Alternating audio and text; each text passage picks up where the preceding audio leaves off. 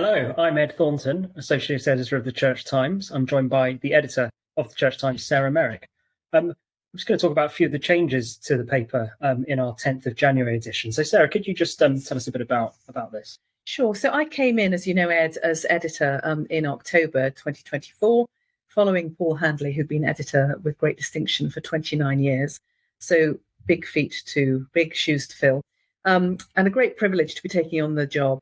And I felt that however good the paper had been before, it was right as a new editor to come in and take a bit of a critical look at where I thought we were serving our readers well and where perhaps we could do better, and perhaps do better for now at this moment in the church's history. So it's not about throwing out the baby with the bathwater. When people see the paper, they'll see there are lots and lots of very familiar elements, but it is about building on our history and a process of evolution, not revolution. Can you just tell us a bit about something about the process? Sure. It was a very collaborative and, I'm pleased to say, quite a creative process. There were sort of three elements.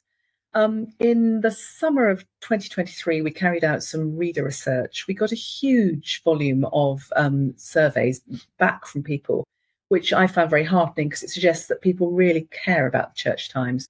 And so there was a lot of extremely useful data there about things that people really valued, or things that people didn't like, or something they want more of.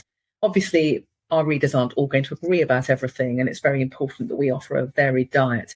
It did give us a very good bank of reader research to work from. So that was one element.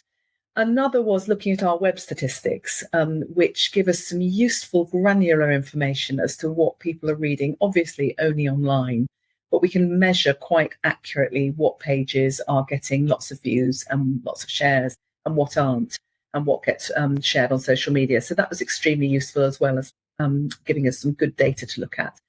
And then the third and really important element of the process was sitting down with editorial colleagues and asking for their ideas, their creativity, things that they thought we could improve on. And again, I asked colleagues to look at other publications they read so that they could think about what they value in those, different directions we could go, or things we wanted to avoid. And that was extremely useful. So it was a collaborative and creative process with lots of ideas and suggestions. And I tried in the end to sort of synthesize all of that and try and create a vision for what I wanted to do next with the paper. What were some of the kind of overarching principles? Were there some that guided the thinking? Well, it's probably obvious, but I felt it was really important that we kept asking ourselves what our readers want from us, what they need from us, and what we offer that other publications don't. And I think we serve our readers best when we remember who we are. And I've been really struck by what that means in the last couple of months since the publication of the Macon report. I mean, it's been very widely covered in the mainstream media, obviously. But I've worked really hard with colleagues to try and make sure that we're not driven by anybody else's agenda when we're covering that story. So it's about going the extra mile and really digging into the bits of the bits of the story that our readers really need to know about or want to know about.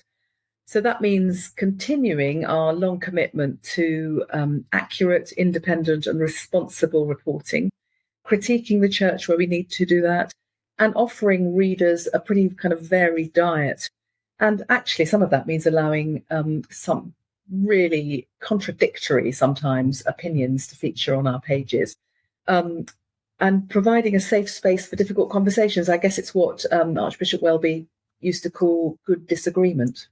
Mm-hmm. So what are some of the key changes that you highlight? The most obvious thing that people will notice when they see their paper this week, if they're seeing it in paper form, is the front page, which we've gone back to having news on the front page. I felt it was important for a couple of reasons. I mean, I think when we first had a picture-only front page, I think probably 20 years ago, that was new and fresh and original. And now it was beginning to feel, to me, a little bit tired. I also felt it's about being very clear that we are a newspaper, or in this form, we are a newspaper. We're a weekly news publication, and I want to look like a newspaper. I think before that, there was a sort of slight confusion about whether we were a newspaper looking like a magazine or actually a magazine looking like a newspaper. And again, in discussion with colleagues, I came back to the idea that, no, we are a newspaper. And I think front page news works really well. And there's a very strong picture this week, as you'll see. So that's one thing. We also felt that, particularly at a time of such turmoil in society, but particularly for the Church of England, thinking of our readers, we needed an extra comment page. So we have a new analysis page where we take a good hard look at a big issue. And we're thinking of that in terms of providing thought leadership for our readers. And we've got some really interesting writers coming up. We'll be taking kind of quite an overview of some big subjects. And I think that'll really help our readers' thinking. We've got as well, and again, this is important. I felt when I was looking at our content, we only have one page that has faith at the top, or we did have. And that seemed to me slightly surprising for the Church Times. So we're going to have a second weekly faith page. Once a month, it'll be focusing on theology, which I think is really helpful. It's a chance to give people who perhaps did their training quite a long time ago, or perhaps haven't had a formal academic theological training, give them the chance to find out about current ideas in theology and just kind of refresh their thinking, their preaching, and so on, which I think will help inform their ministry. But then on the other 3 weeks of a month, a very practical page, which is all about ideas that you can use in the parish. I have a sense that particularly in rural areas, but anywhere where there's a shortage of clergy and lay ministers, people quite often feel a bit beleaguered, a bit isolated. And this is a chance to share good practice and for parishes to say, well, we tried this. These are the things that didn't go well. These are the things that did. But actually, you could do this in your parish. And I'd like readers to be able to look at it and think, oh, we could do that. And we are also hoping readers will suggest their own topics for that page and share experience so that we can share it with other readers. So that's faith. We've also, one of the things I was charged with when coming in as new editor was to try and think about the diversity of our writers. And that's diversity in the broadest sense of the word. So we've got some new writers coming on board. We've got a new radio and TV reviewers and a fortnightly podcast review, because that's such a growth area. And then finally, by popular request, we have got the return of the weekly crossword. It's been fortnightly in recent times. And something to do with the requests we got from readers, but also the huge popularity at the moment of puzzles of all sorts. It's very much a media trend. We felt this was a time to bring back the weekly crossword, so readers will find that too. And you talked about the new news-led front page. I mean, it coincided with a week, a huge moment in the Church of England Anglican community. I mean, was that coincidence or a complete coincidence? No, I always wanted to sort of review the paper in the autumn. And then introduce some changes at the beginning of this year. So this date has been in our diaries for some time. But actually, what it made me feel was that the new way of the new refreshing of the design of the paper helped us to do a good job this week of quite a difficult moment for the church. So we've got the front page with that, I think, very dignified picture of the Archbishop laying down his crozier. And then we've also got inside, which I think is important, a 3-page feature where Madeline Davis, our senior writer, has gone into great detail about the Archbishop's entire ministry. And I don't think that'll be in other newspapers, but I think it's really important to our readers that we remember that his time in office hasn't been just this last very explosive couple of months around the Making report. So that felt important. And then alongside that, the new analysis page has given us a chance to take a look in a very different way at safeguarding.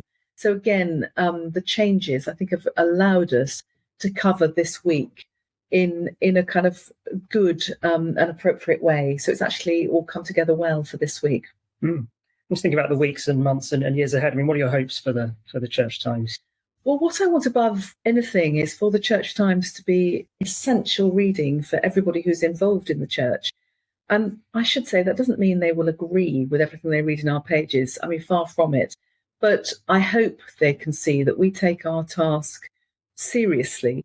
We attempt to provide a really high quality read with a kind of a whole range of different elements in it. I want us to be useful. I want us to be stimulating.